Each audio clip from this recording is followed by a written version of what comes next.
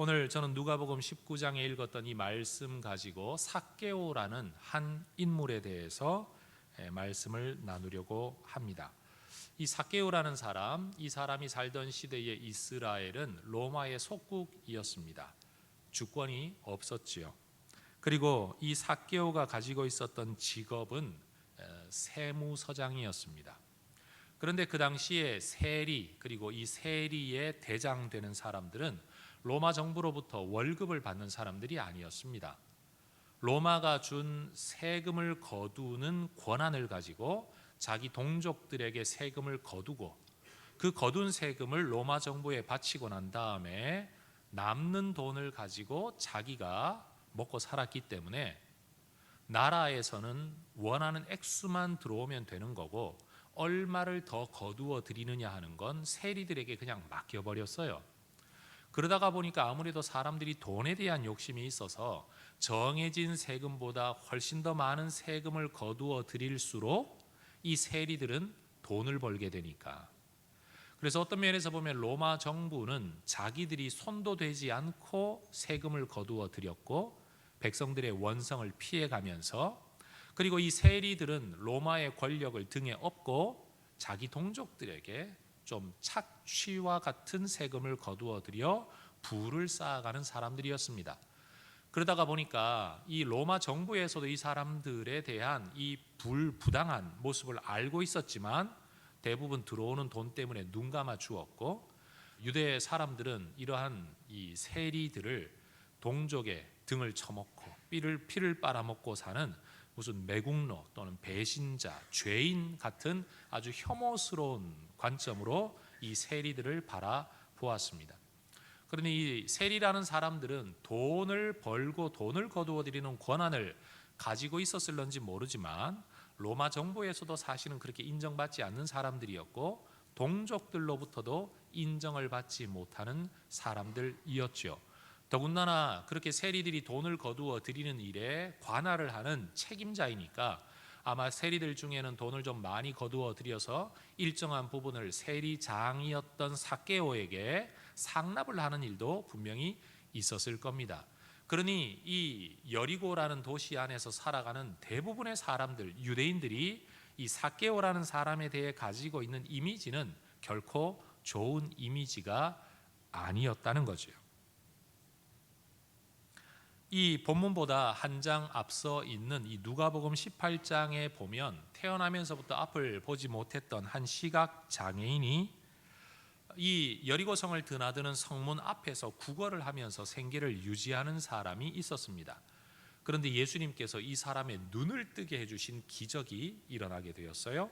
그래서 이전부터 예수님의 기적의 이야기를 소문으로 전해 들었던 사람들이 그냥 그건 소문 정도로 생각을 했었는데, 자기가 늘 보던 사람, 이 도시의 성문을 드나들 때마다 늘 보았던 바로 그 사람이 눈을 뜨게 되었다는 이야기를 듣고서는 이 예수님에 대한 관심이 급증하게 되었습니다.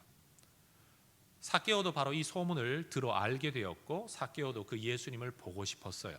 마침 예수님께서 그렇게 이 여리고성에 들어오셔서 길을 다니시는 중에 예수님이 지나가신다는 사람들의 웅성거리는 소식을 듣고 삭개오도 그 예수님을 보고 싶어서 길가로 나갑니다. 그런데 문제는 이 삭개오라는 사람이 신체적인 핸디캡이 있었다는 거예요. 그 예수님을 보기 위해 몰려든 사람들도 굉장히 많아서 어깨너머로 예수님을 보기에도 힘들었을 뿐만 아니라 삭개오는 어른임에도 불구하고 굉장히 키가 작았던 약간의 신체적인 약점을 그가 가지고 있었다는 겁니다. 웬만하면 그냥 예수님 안 보면 그만이지, 나중에 볼 기회가 있겠지 하고 포기하면 그만인데, 웬일인지 삭개오는 그날 꼭 예수님을 보고 싶어서 스스로 나무 위에 기어 올라갑니다. 여러분 한번 상상해 보십시오. 어른이 나무 위에 올라간다. 그것도 어린아이처럼 키가 작은 어른이 나무 위를 기어 올라간다. 그것도 그 지역의 세리장이었던 권력자가, 사람들에게는 지탄받는 그 사람이 나무 위에 기어 올라가 길을 지나가시는 예수님을 보려고 하는 그 모습을 한번 상상해 보시라는 겁니다. 결코 편안하게 자연스럽게 볼 수 있는 모습은 결코 아닐 겁니다. 나무 위에 올라가니 예수님이 보이기 시작했습니다. 저기서부터 제자들과 함께 걸어오는 예수님을 봤겠죠. 그냥 눈으로 쳐다보고 있었지만 머릿속에 생각은 굉장히 많았을 겁니다. 저분은 누구길래 저런 기적을 행하시나. 아마 제가 삭개오였다면 저는 이런 상상을 해봤을 것 같아요. 태어나면서부터 앞을 보지 못하는 사람, 그 사람의 눈도 뜨게 하시는 예수님이라면 내게 뭔가 신체 성장에 장애를 가지고 있는 내가 이미 어른이 되고 말았지만 나 같은 사람의 키도 갑자기 막 성장판을 열어가지고 몇십 센치를 그냥 키워주시는 것도 예수님에게는 가능하지 않겠나. 아마 예수님 바라보면서 충분히 할 수 있을 만한 생각 아니었겠습니까?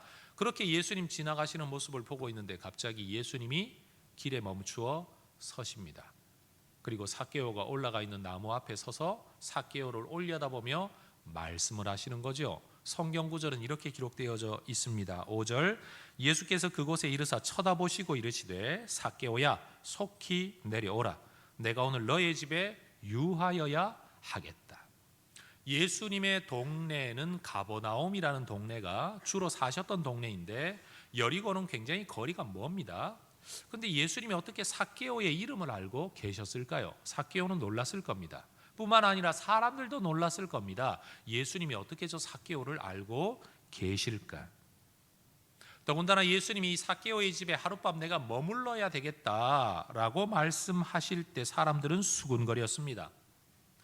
때때로 예수님께서 사람들에게 손가락질 받는 사람들과 함께 식사를 하실 때 주로 그것을 가장 많이 비난했던 사람들은 종교 지도자들이었습니다.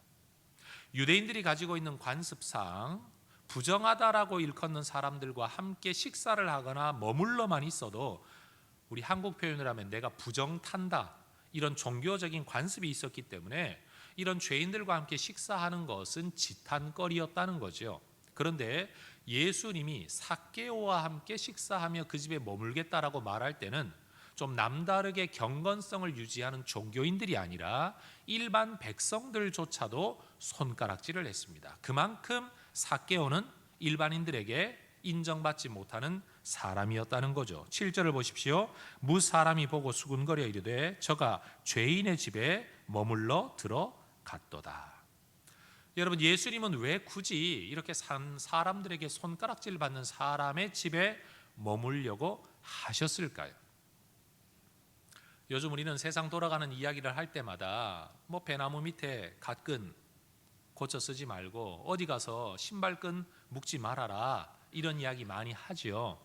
만약에 그 이야기를 예수님께 적용을 하면 예수님도 원인 제공을 하신 겁니다. 아니, 하고 많은 유대인들의 집 가운데 왜 하필이면 사람들에게 손가락질 받는 그 집에 들어가시냐. 따라 하십시다. 왜 하필? 왜 하필?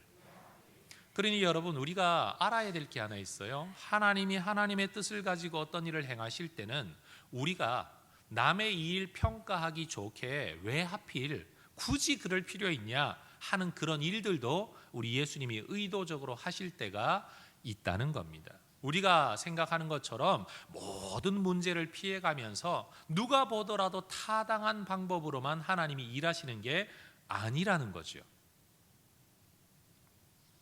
우리는 예수님이 왜 굳이 이 삭개오의 집에 들어갔는지 성경 자체가 아무 이야기를 하고 있지 않아서 이유를 알지 못합니다만 평상시에 예수님의 말씀을 되새겨 보면 아마 이런 이유가 있지 않을까 추측해 볼 수 있습니다. 누가복음 5장 32절에 내가 의인을 부르러 온 것이 아니요 죄인을 불러 회개시키러 왔노라.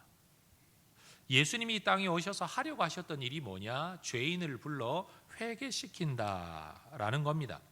그런데 이 구절을 보면 마치 예수님의 생각 속에는 의인과 죄인의 도식이 있고, 그리고 잘못한 사람을 잘못했다라고 다그쳐서 억지로 굴복시키고 무릎을 꿇게 만들려고 하시는 것 같은 모습으로 이해할 수 있습니다. 그러나 이 구절만 보면 그럴 수 있지만 예수님이 이러한 자기 삶의 목적을 여러 곳에서 말씀하신 것을 보면 이 구절의 의미를 우리는 조금 다르게 이해할 필요가 있는 것 같아요. 요한복음 10장 10절의 구절은 제가 굉장히 좋아하게 된 구절입니다. 지금보다 훨씬 더 젊었을 때는 이 구절이 제 마음에 들어오질 않았어요. 왜냐하면 저는 좀 직설적인 표현과 명료하고 논리적인 걸 좋아하는 사람인데 이 구절은 굉장히 추상적이거든요. 어떤 구절인가 하면 내가 온 것은 양으로 생명을 얻게 하고 더 풍성히 얻게 하려는 것이다. 근데 여러분, 이 풍성하다라는 단어가 수량적으로 계량적으로 감이 안 잡히는 거예요. 근데 제가 목회를 하면 할수록 제 마음속에 제 눈에 보여지는 게 있어요. 성도님들에게 질문합니다. 집사님, 요즘 어떻게 지내세요? 그러면 성도님들이요, 이렇게 대답을 해요. 그냥 살죠 뭐. 아마 여러분들도 그렇게 대답하시는 경우가 많을 거예요. 요즘 사는 게 어떠세요? 재미있으세요? 그러면 아이 뭐 그냥 살죠. 별난 게 있나요? 그런데 이런 일들을 계속 겪어가다가 보니까 풍성한 삶이라는 데 대해서 생각을 하게 되었다는 거예요. 정말로 하나님께서 우리에게 원하시는 삶이 그냥 사는 삶일까요? 대답하셔도 괜찮습니다. 하나님이 우리에게 원하시는 삶이 그냥 사는 삶, 죽지 못해 사는 삶, 마지 못해 사는 삶, 그것이 우리를 향한 하나님의 뜻일까요? 그게 아니라는 거예요. 예수님 분명히 말씀하시기를 양들이 생명을 얻되 그냥 겨우 목숨 건진 게 아니라 풍성한 생명을 얻기를 원한다는 겁니다. 한 남자와 한 여자가 만나 부부로 살 때 그냥 마지못해 헤어지지 못해 사는 게 아니라 풍성한 행복한 부부 생활을 우리 하나님이 기대하시고, 부모와 자녀가 살아갈 때 자식들은 내가 성인만 되어봐라, 이 집 구석을 내가 반드시 나가고야 만다, 이런 걸 하나님이 꿈꾸시는 게 아니라 이런 부모님과 함께 내가 살게 된 것, 태어난 게 얼마나 감사하냐, 부모와 함께 있는 게 내겐 정말 행복하다, 그 풍성한 삶을 원하시는 거고, 내 속으로 낳았으니 내가 죄지은 심정으로 내가 키운다 이러고 자식을 키우는 게 아니라 이런 자녀가 내게 주어진 거 얼마나 감사한가, 그 풍성한 사랑으로 부모 자녀 관계가 맺어지기를 우리 하나님이 원하신다는 거예요. 세상에서 먹고 사는 것도 남의 돈 버는 게 얼마나 힘든 줄 압니까? 그러면서 정말로 죽지 못해 벌어먹고 살려고 사는 게 아니라 밖에 나가 일을 할 때 성취감도 있고, 사람을 만날 때 행복감도 있고, 때로는 실패하지만 다시 도전해서 극복했을 때 쾌감도 있고, 인생이 가지고 있는 삶의 풍성함을 우리 하나님이 원하신다는 겁니다. 그러니 우리 예수님께서 죄인을 불러 회개시키러 왔노라 라는 이 구절을 우리가 어떻게 이해되는가 하면, 생명 밖에서 생명 없이 살아가는 사람들, 은혜 밖에서 은혜 없이 행복이 뭔지도 모르고 사랑이 뭔지도 모르고 살아가는 사람들, 인생의 진정한 기쁨과 즐거움과 목적이 뭔지도 모르고 살아가는 사람들이 하나님이 기대하셨던 그 삶의 자리로 돌이켜 회개하여 그 의인의 삶으로, 행복한 삶으로 살아가기를 우리 하나님이 원하고 계신다는 사실입니다. 이게 예수님이 이 땅에 오신 목적이라는 거죠. 저와 여러분의 삶이 이렇게 생명의 풍성함 가운데 살아갈 수 있기를 축복합니다. 자, 따라하십시다. 예수님 안에서는 산다는 것은 축복입니다. 죽기를 싫어하기 때문에 축복이 아니라 산다는 자체가 하나님이 주신 축복이고 누림이어야 된다는 겁니다. 생명의 풍성함. 저는 오늘 이 설교를 듣는 여러분들이 이 생명의 풍성함이라는 게 무엇인가에 대해서 한번 진지하게 고민해 보실 수 있기를 바랍니다. 그냥 여행 좀 더 다니고 가족들과 시간을 좀 더 보내는 것이 정말 생명의 풍성함의 전부일까? 그거 한번 생각해 보시면 좋겠다는 거죠. 어쨌든 예수님께서는 지금 삭개오, 돈은 어떻게 벌었을지 모릅니다. 권세를 가지고 있을지 몰라요. 사람들이 자발적이지는 않지만 더러워서라도 굴복할 수밖에 없는 로마 정부의 권력을 힘입은 삭개오의 권력 앞에 아마 두려워 떨었겠죠. 그러나 삭개오는 생명의 풍성함은, 돈의 풍성함은 있었을런지 몰라도, 권력의 풍성함은 있었을런지 몰라도 생명과 삶의 풍성함은 이 사람에게 없었다는 거죠. 그런데 예수님이 바로 그 삭개오에게 생명의 풍성함이 뭔가를 가르쳐 주시기 위해 찾아오셨다는 겁니다. 여러분, 집으로 간 걸로 따지자면 삭개오의 집에 예수님이 가신 것이기 때문에 삭개오가 초청한 거다라고 말하는 게 맞는데, 그렇다고 삭개오가 먼저 예수님께 다가가 초청한 게 아니라 예수님께서 내가 오늘 네 집에 가야 되겠다 말씀하신 걸로 보면 예수님이 삭개오를 초청하셨다고 말할 수 있죠. 그러니까 도대체 초청은 예수님이 해놓고 대접은 삭개오가 하는, 뭔가 이게 앞뒤가 안 맞는 이 만남, 바로 그 자리에서 예수님이 삭개오와 만나 주셨다는 겁니다. 여러분, 유대인들은 종교적인 이유 때문에라도 함께 먹지도 않고 그 집에 들어가지도 않는데 예수님은 지금 삭개오와 만나셨습니다. 그리고 성경은 그 집에 갔는지 안 갔는지, 밥을 먹었는지 안 먹었는지 중간 이야기는 다 생략을 하고 갑자기 8절, 삭개오가 그 예수님 앞에서 했던 이야기를 이렇게 기록을 합니다. 삭개오가 서서 주께 여짜오되 주여 보시옵소서, 내 소유의 절반을 가난한 자들에게 주겠사오며 만일 누구의 것을 속여 빼앗은 일이 있으면 네 갑절이나 네 배나 내가 갚겠습니다. 여러분, 그동안 남의 것을 빼앗으며 부를 쌓아왔던 삭개오의 입에서 갑자기 이런 말이 나옵니다. 여러분, 유대인들은 밥 먹는 자리에 언제나 이렇게 와인이 함께 따라오니까 어떤 학자는 말을 해요. 보나마나 삭개오가 와인에 취해가지고 제정신이 아니라 이런 말을 했을 거다. 공부하는 사람들 중에 별 희한한 사람들이 많아요. 그런데 저는 그렇게 생각지는 않습니다. 그리고 예수님께서 분명 율법을 가르치고 성경을 가르쳤기 때문에 삭개오가 그 말씀을 듣고 내가 이렇게 살면 안 되겠구나, 그래서 이렇게 말했을 거다라고 생각하는 분들도 있습니다. 그런데 그렇지 않아요. 왜냐하면 여러분, 정말로 회개한다라고 말할 때 뭔가를 잘못해서 그것을 뉘우치는 성경, 유대인들의 성경과 율법의 기준에 근거하면 누군가의 것을 속여서 빼앗은 일이 있으면 20%의 이자만 덧붙여서 원금과 함께 돌려주면 문제가 해결이 됩니다. 그게 법이에요. 유대인의 법.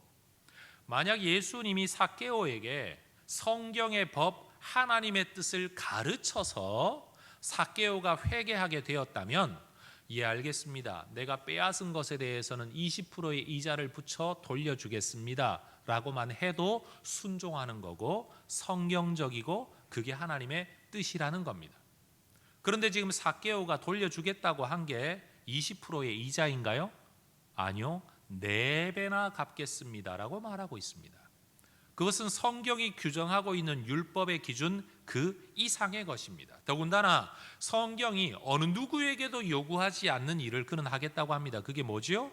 내 소유의 절반을, 내 전 재산의 절반을 사회에 다 환원하겠습니다. 가난한 자들에게 나눠주겠습니다라는 거죠. 이건 성경 어디에도 각 개인에게 하나님이 강제적으로 요구하지 않는 일이에요.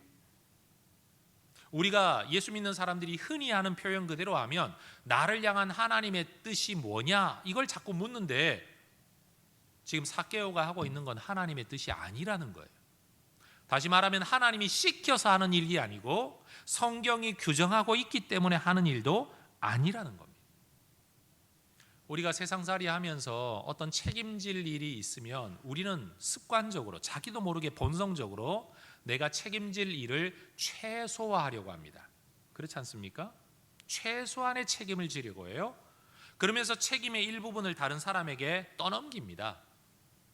차가 가다가 조금이라도 사고가 나면 아이고 제가 잘못했습니다, 이런 사람 만나기가 정말 힘들고요. 아니 당신이 거기서 그렇게 들어오니까 내가 그랬지, 이러고 책임을 지더라도 어떻게 내 책임의 퍼센티지를 줄일까, 그래서 한 자락 깔아놓고 일단 무조건 큰 소리 내고부터 보고 싸우고 보고 따지고 보고 사진 찍어놓고, 여러분 그게 보편적인 이 세상 사람들의 삶의 방식이라는 거죠. 그리고 어떤 일을 꼭 해야만 될 책임이 있을 때는요, 남보다 더하기보다는 내가 최소한 여기서 져야 할 부분이 어디까지냐, 최소한의 예의를 위해 우리는 기준을 잡습니다. 세상의 기준은 언제나 그렇게 최소한이에요. 여러분 세상이 규정하고 있는 법도 이 사회가 정말 정의롭고 공의롭게 살기 위해 남에게까지 적극적으로 베풀어라는 것을 법으로 강제하지 못하거든요. 질서 유지를 위해 최소한의 지켜야 될 기준, 그게 법입니다. 법대로 사는 건 최소한의 기준이지 최대한의 기준이 절대 아니라는 겁니다. 질서를 지키는 것도 다른 사람에게 해가 가지 않기 위한 최소한의 기준을 질서의 기준으로 잡지, 남에게 더 유익되게 하기 위해 질서의 기준을 잡지 않는다는 겁니다. 그래서 법을 따라 사는 삶은 최소한의 악을 방지하는 삶이지 최선의 공익을 유지하는 삶은 아니라는 거예요. 이게 세상의 기준입니다. 세상의 기준은, 일상의 기준은, 상식의 기준은 언제나 최소한이라는 겁니다. 그런데 지금 삭개오는 최소한의 선을 지키는 삶이 아니라 최선 또는 최대의 기준으로 자기가 하려고 하는 일을 예수님 앞에 고백합니다. 교회는 이런 것들을 이렇게 표현합니다. 예수님을 만나면 또는 은혜를 받으면 사람의 삶은 달라집니다. 누가 내게 시켜서 또는 강제해서가 아니라 하나님의 은혜, 하나님의 살아계심, 하나님의 사랑을 내가 받고 깨달으면 누가 시키지 않아도 사람의 삶은 달라집니다. 교회는 다니는데도 사람의 삶이 달라지지 않았다면 99%그 사람은 아직도 예수님의 사랑과 은혜를 깨닫지 못한 사람일 가능성이 높습니다. 달라진 건 종교인으로서 종교 예식에 참여한다는 것까지만 달라진 것뿐이지 어떤 필요성 때문에, 어떤 깨달음 때문에 내게도 좀 종교가 필요하구나, 나도 하나님 믿으면 좋겠구나, 이런 결단 때문에 교회까지 올 수 있지만, 이것도 쉬운 결단은 아니지만 삶이 달라지지 않았다면 그건 내면이 아직도 예수님을 직면 만나지 못했다는 사실이죠. 따라해 보십시다. 예수님을 만나면 삶이 달라집니다. 저도 중학교 때부터 예수를 믿었습니다. 그 예수님을 믿고 성경을 그렇게 읽기 시작했습니다. 누가 시킨 건 아니죠. 물론 전도사님들이 성경 읽어라 이야기는 했지만 누가 제게 강제적으로 하루에 몇 장 읽어라 이렇게 시킨 건 아니라는 겁니다. 그런데 읽어졌어요. 그냥 읽고 싶었고 읽어졌어요. 이해도 못하면서도 무지막지하게 읽었습니다. 그렇게 말씀이 내 안으로 들어와 내 인격이 말씀과 만나고 나니까 1년도 되지 않아 제 마음속에 내가 목사가 돼야 되겠다. 누가 시킨 게 절대 아닙니다. 우리 부모님들이 시킨 것도 아닙니다. 제가 가지고 있었던 꿈을 그냥 아무 미련 없이 내 스스로 포기하고 말씀을 전하는 사람이 되어야 되겠다라고 꿈꾸기 시작하고 기도하기 시작했습니다.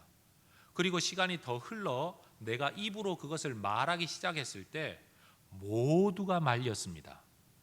부모님도 말리고 형제들도 말리고 친구들도 말리고 교회 선생님도 말리고 다 말렸습니다. 너 그냥 공부해서 좋은 장로 되라, 아니면 좋은 그리스도인 되라고 말하지만 저를 목사 되라고 박수 쳐준 사람이 아무도 없었어요.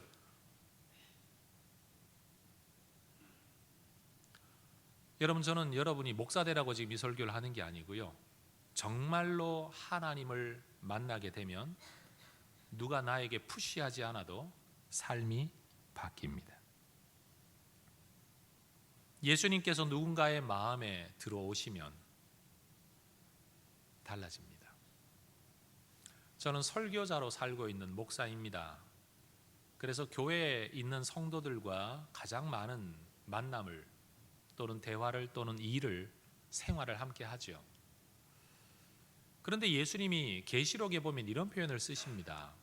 믿어라 또는 구원받는다, 이런 표현을 그런 직설적인 표현 서술어로 사용하지 않고 내가 문 밖에 서서 두드리노니 누구든지 자기 문을 열고 나를 받아들이면 내가 그에게로 들어가 그와 더불어 먹고 그와 더불어 산다라고 말씀하십니다.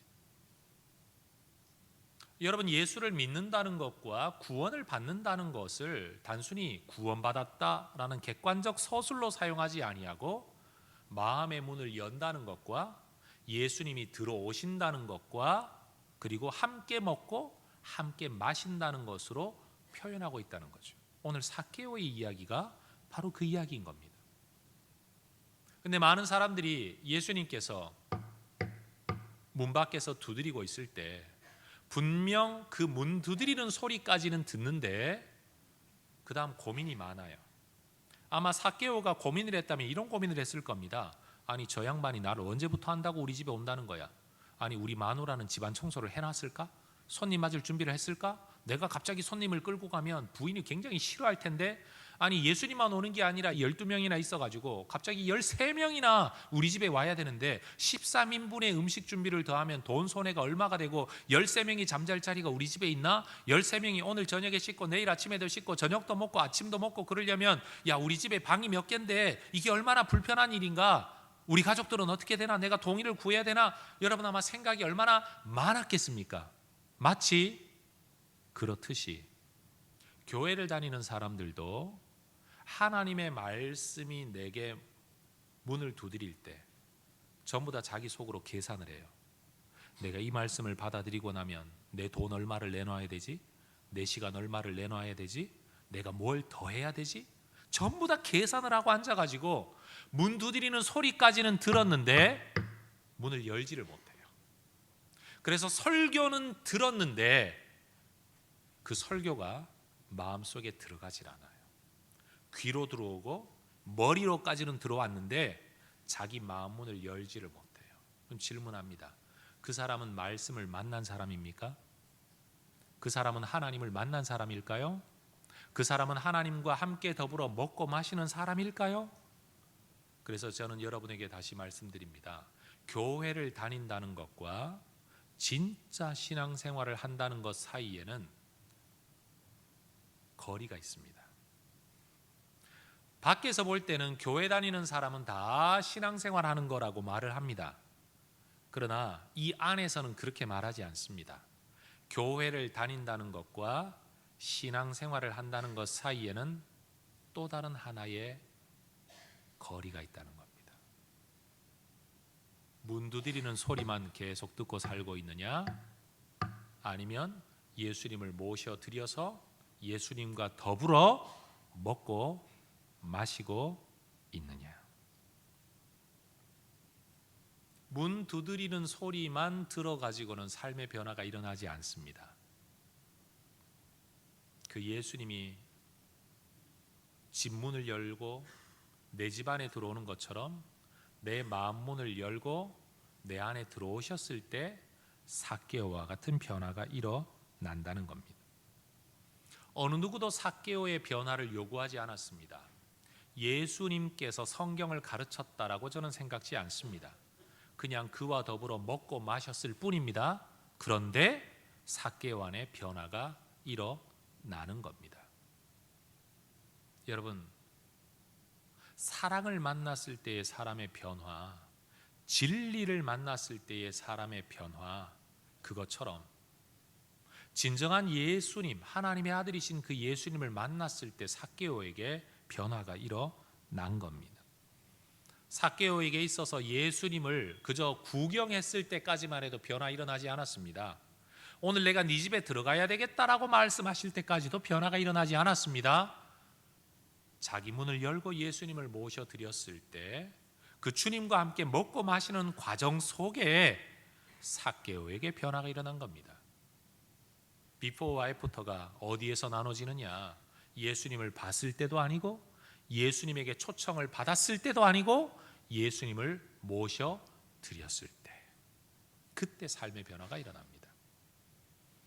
여러분, 교회 안 다니는 사람이 교회를 다니게 되는 것도 다른 사람들이 볼 때는 변화죠. 왜냐하면 교회 안 다니다가 다니니까. 그러나 그건 진정한 내면의 변화가 아닙니다. 진정한 삶의 변화는 아닙니다. 라이프 스타일의 변화일 수는 있지만 내면의 변화라고 말할 수는 없습니다. 여러분, 불가능한 것을 가능하게 만드는 것, 그게 바로 은혜입니다. 은혜는 법과 도덕의 차원을 넘어서게 만듭니다. 마땅히 그래야 한다는 책임의 차원을 넘어서게 만드는 건 사랑과 은혜입니다. 여러분, 삭개오의 경우를 보면 그가 변화되었기 때문에 은혜와 사랑을 받은 게 아니고 은혜와 사랑을 받아들였기 때문에 변화가 일어난 겁니다. 따라하십시다. 변화가 아니라 은혜가 먼저입니다. 여러분, 우리가 변화되었기 때문에 은혜를 받는 게 아니라 하나님의 은혜를 받아들일 때 우리의 삶도 변화하게 될 거라는 거죠. 저는 지금 여기 앉은 우리 모두가 변해야 된다는 말을, 그것을 설교하고 있는 게 전혀 아닙니다. 제 설교의 논점은 거기에 있지 않습니다. 오히려 하나님의 사랑, 내 마음의 문을 두드리시는 그 하나님의 사랑, 하나님의 또 다른 초청을 우리가 받아들이면, 성경이 뭐라고 말하고 있습니까? 이거 따지지 않아도, 내 책임이 어디까지입니까? 이거 따지지 않아도 우리 안에서 변화가 일어난다는 겁니다. 그래서 예수님께서는 너희가 날마다 기록된 문자로서의 율법과 기준을 가지고 자꾸 이야기하는데, 내가 너희에게 줄 새로운 율법은 문자로 기록되어진 바깥에 있는 율법 아니라 너희 속에 내면에서부터 일어나는 성령의 법, 자발성의 법, 자원하는 법을 내가 너희에 주겠다고 말씀하셨습니다. 여러분, 그게 신앙입니다. 드러난 책과 문자로서 주어진 기준이 종교라면 내면에서부터 일어나는 법을 따라 살아가는 삶이 신앙입니다. 따라하십시다. 종교와 신앙은 다릅니다. 저는 여러분들, 특별히 오늘 교회 처음 오신 분들이 이것을 꼭 깨닫고 돌아가시면 좋겠습니다. 종교인은 신앙인이다, 아닙니다. 다른 목적 때문에, 사업상의 목적 때문에 어느 누군가는 결혼하기 위해서 종교를 가지는 사람이 있습니다. 종교인과 신앙인은 다릅니다. 그래서 저 사람은 정말 예수쟁이야 라고 인격적으로, 성품적으로 그의 삶의 모습에서 변화된 사람은 진짜 신앙인이고, 아니 교회 다닌다는 사람이 어떻게 저럴 수 있어?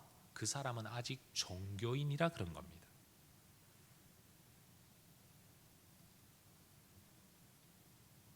오늘 본문 10절에서 예수님은 이런 말씀으로 이 사건의 이야기를 결론 지으십니다. 인자가 온 것은 잃어버린 자를 찾아 구원하려 함이니라. 잃어버린 자를 찾아 구원하는 것. 누가 잃어버린 자입니까? 이 성경 구절에 근거하면 삭개오가 잃어버린 자이죠. 왜 그가 잃어버린 삶을 살았습니까? 목숨을 부지하고 돈을 모으고 권력을 힘입어 살아가는 삶은 살았지만 진정한 가치 있는 인간 본연의, 신앙인 본연의 삶을 살아가지 못했기 때문에 그는 잃어버린 자였습니다. 그가 구원의 자리로 돌아왔다라고 말하는 예수님의 말씀은 뭐가 구원입니까? 정기적으로 교회 출석하는 게 구원입니까? 지금 이야기는 그렇게 말하지 않잖아요. 정기적으로 하나님 앞에 예물을 드리는 것을 예수님이 지금 구원받았다라고 말씀하는 게 아니지요. 성경이 규정하고 있는 법보다도 더 큰 자발성을 가지고 자기의 삶을 다른 사람과 이어지도록, 사람과 사람의 사랑이 이어지도록 하나님에 대한 내면의 은혜의 감격을 가지고 살아가도록 그가 옮겨왔다는 사실을, 성경은 이것을 일컬어 구원받았다라고 말씀하고 있다는 사실입니다. 자, 따라하십시다. 교회 다닌다고 다 구원받는 건 아닙니다. 종교와 신앙이 다를 수 있다는 것처럼 종교인이 되어 교회를 다닌다고 다 구원받는 건 아닙니다. 종교인이 되고 기독교인이 된다고 여러분 하나님이 주시는 은혜를 다 누리는 풍성한 생명을 다 누리고 사는 것은 아닌 것 같아요. 최소한 종교인이 되었다는 것은 예수님의 노크 소리를 계속 듣는 자리에 있다고는 말할 수 있습니다. 그런데 그 자리에서 진정한 신앙인으로 넘어서는 것은 내 마음의 문을 열 때입니다.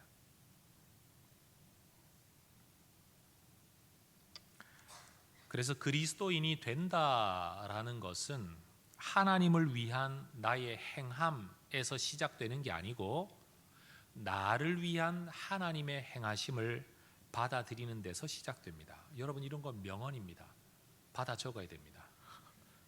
그리스도인이 된다라는 것은 하나님을 위한 나의 행함이 시작되는 것, 그게 아니고 나를 위한 하나님의 행하심을 받아들이는 데서부터 진짜 그리스도인 됨의 시작이 있다는 겁니다.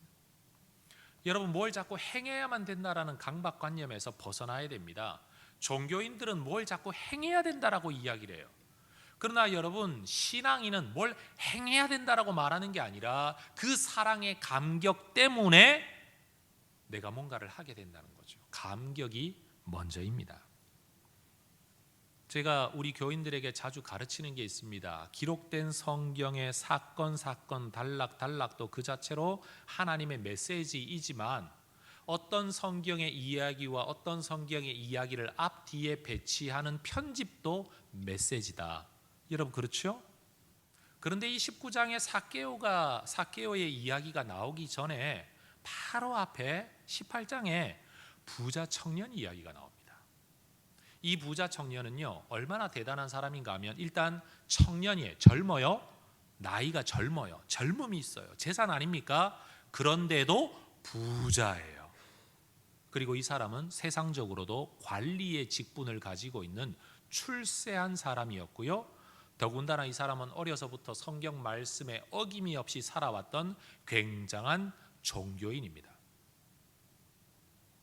여러분, 얼마나 대단합니까? 이런 사람 만나기가 얼마나 어려워요. 근데 이 사람은 자기가 가지고 있었던 종교의 기준을 따라 어려서부터 하나도 어김이 없습니다 라고 예수님 앞에 말할 만큼 그는 최소한의 기준을 철저하게 지키며 살았던 사람이에요. 그러면서 예수님께 말씀하죠. 제가 예수님의 제자가 되고 싶습니다.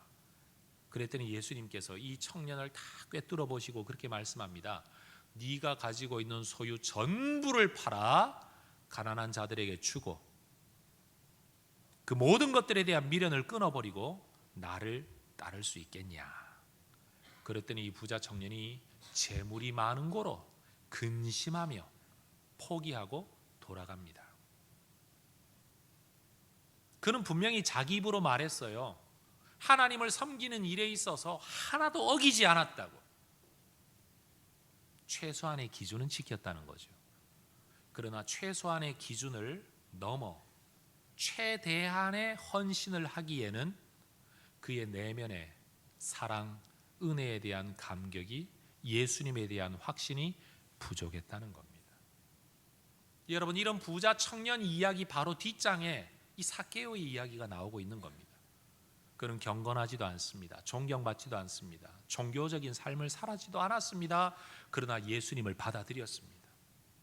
그리고는 누가 시키지도 않았는데도 자기 스스로 재물을 내어놓고 억울한 사람들을 다 갚아주겠노라고 말하고 있습니다. 여러분, 이 부자 청년은 종교인을 상징하고 삭개오는 신앙인을 상징하고 있는 거죠.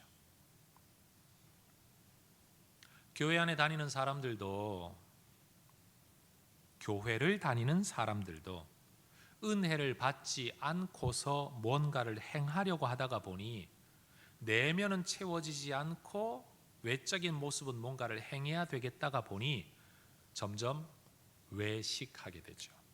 밖에 나가 밥 먹는 외식 말고 겉모양만 흉내내는 외식. 내면은 그렇지 않은데 그런 것처럼 해야 돼요. 교회 오면 설교 때 졸고 앉았는데도 마치고 목사님하고 인사할 때는 은혜 받았습니다. 이렇게 교회 생활에 아주 익숙한 거죠. 이렇게 인사해야 최소한 수고하는 목사님에 대한 예의라도 될 것 같아서 말이에요. 그거 안 하는 분들보다는 하는 분들이 더 귀합니다. 저는 고맙습니다. 사랑이라는 건 표현해야 하는 거니까. 그렇지 않아요? 근데 저는 알거든요. 다 졸고 앉아 있었다는 걸. 저는 마음에 소망을 하죠. 졸다가 은혜 받아서 저 정도 인사하면 진짜 은혜 받으면 얼마나 좋을까.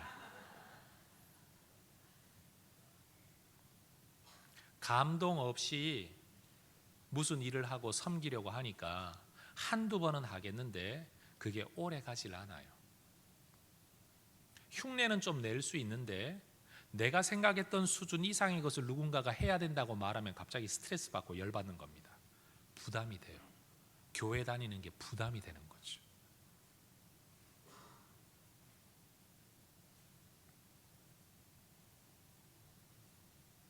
사람들이 생각하는 종교인의 수준 이상의 진정한 신앙인의 삶을 살려면 은혜가 필요합니다.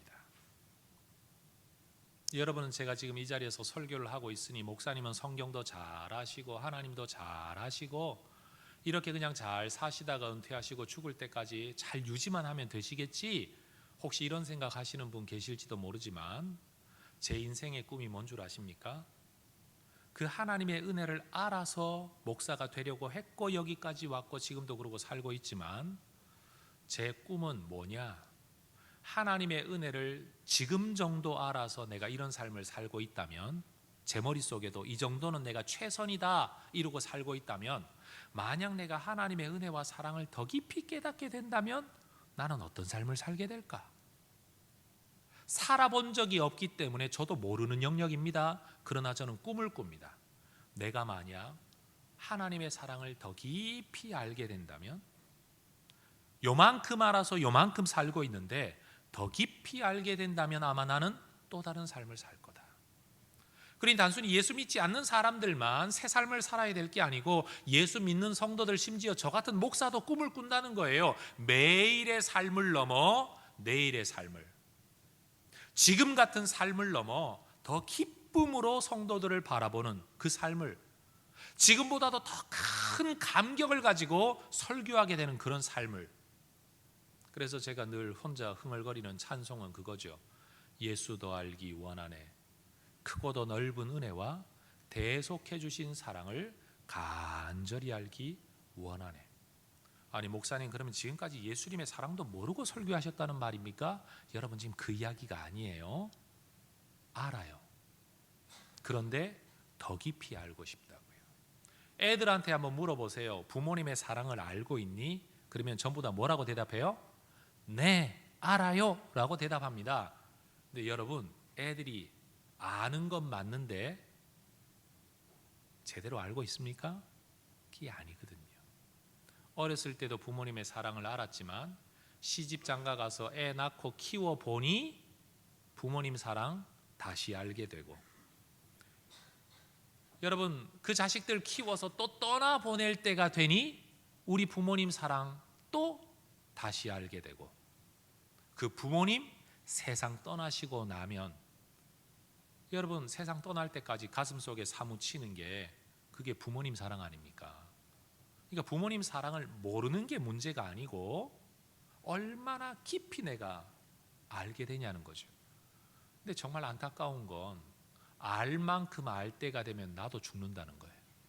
좀 진작 알았으면 훨씬 더 풍성한 부모 자녀의 사랑을 누리며 살았을 텐데, 알아야 할 때는 모르고 있다가 알고 나면 사랑을 나눌 기회가 없어져 버린다는 거죠. 여러분, 예수 믿으면 죽어 천국 갑니다. 잘 못 믿어도요, 예수님 날 위해 죽으셨다, 그리고 부활하셔서 생명을 다스리는 주권자가 되셔서 내가 그 예수를 믿으면 나도 죽었다가 살아나는 부활을 하게 된다, 이거 믿으면 천국은 갑니다. 근데 여러분, 그 예수를 믿고 사는 이 땅에서의 삶의 기간 동안 그 하나님과 나 사이에 막 풍성한 은혜를, 사랑을 누리며 살아야 되지 않겠습니까? 그래서 예수 믿는 목적은요, 죽어 천국 가는 게 다가 아니고 죽어 천국 가는 건 결과고, 사람이 누구나 죽는 것처럼 그건 결과고, 이 땅을 어떻게 사느냐는 거예요. 어떻게 사느냐.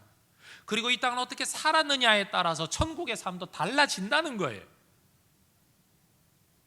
그러니 이 땅을 종교인으로 살지 말고 신앙인으로 살아야 되겠다. 마지못해 그냥 살지 말고 행복하게 살아야 되겠다. 그게 오늘 삭개오가 우리에게 보여주는 메시지라는 겁니다. 말씀을 맺습니다. 여러분, 예수님의 사랑을 받아들이면 예수님의 노크를 듣고 문을 열어 반응하면 삶이 달라집니다. 그리고 그 예수님과 함께 살아가면서 그 사랑을 깨달으면 깨달을수록, 알아가면 알아갈수록 우리의 삶은 이전의 삶과는 다른 차원의 삶을 살아가게 될 겁니다. 여러분, 부부 생활도 같이 하다가 보면 어느 날은 미워 죽겠고 어느 날은 참 이쁘고, 여러분 그런 날이 있잖아요. 똑같은 사람이 똑같은 부부로 살아가는데도 불구하고 말이에요. 여러분, 신앙생활이라는 게 주일날 예배 드리는 거, 봉사 좀 하는 거, 헌금 좀 하는 거, 다른 사람에게 예수 좀 믿으라고 말하는 거, 이게 전부라면 여러분 10년 후에도 똑같은 삶의 반복인데 무슨 재미가 있겠어요? 근데 신앙은 그게 아니라고요. 부부의 생활이 밥 먹고 빨래 해주고 돈 벌어다 주고 이게 전부라면 인생은요 정말 지겨운 거 아닙니까? 그 안에서 오고 가는 교제, 오고 가는 마음의 나눔, 오고 가는 사랑이 삶을 풍성하게 만드는 것처럼, 여러분 주일날 되면 교회 가고 정해진 때 헌금하고 정해진 봉사하고 남에게 전도 좀 하고 이게 신앙생활의 전부라면요 정말 신앙생활은 메마른 거예요. 그건 종교생활이에요. 그것을 윤택하게 만들고 행복하게 만드는 건 그 일을 하는 과정 속에서 하나님께 받아 누리는 은혜, 내가 또 하나님 앞에 바쳐드리는 사랑의 표현, 이게 점점 풍성하게 쌓여갈 때 똑같은 일을 해도 다른 삶을 산다는 거예요.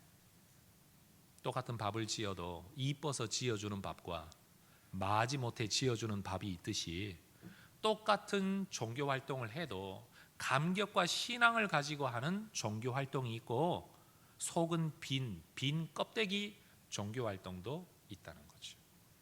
오늘 우리 교회 처음 오신 분들, 신앙의 진정한 영역이 무엇인지를 오늘 이 삭개오의 이야기를 통해 조금 깨달으실 수 있으면 좋겠고, 그리고 그 예수님의 사랑을 여러분이 받아들여서 여러분의 삶이 이전과는 다른 풍성함이 있어지기를 축복합니다.